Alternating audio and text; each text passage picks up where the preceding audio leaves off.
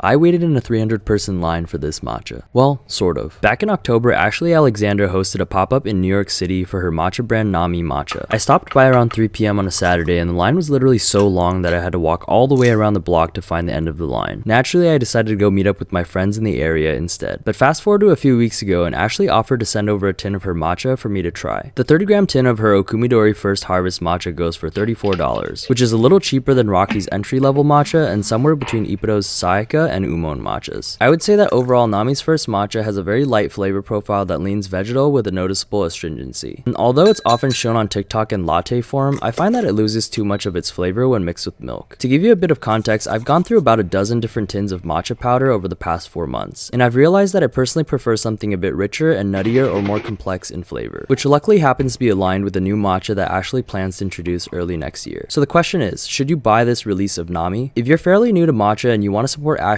as a creator and small business owner, I'd say go for it. To me, it seems like she actually does care about matcha and listens to feedback. If you've already tried several matcha powders from Japan, however, I'd recommend waiting for her next release. But let me know what you think about Nami matcha and follow along for more reviews.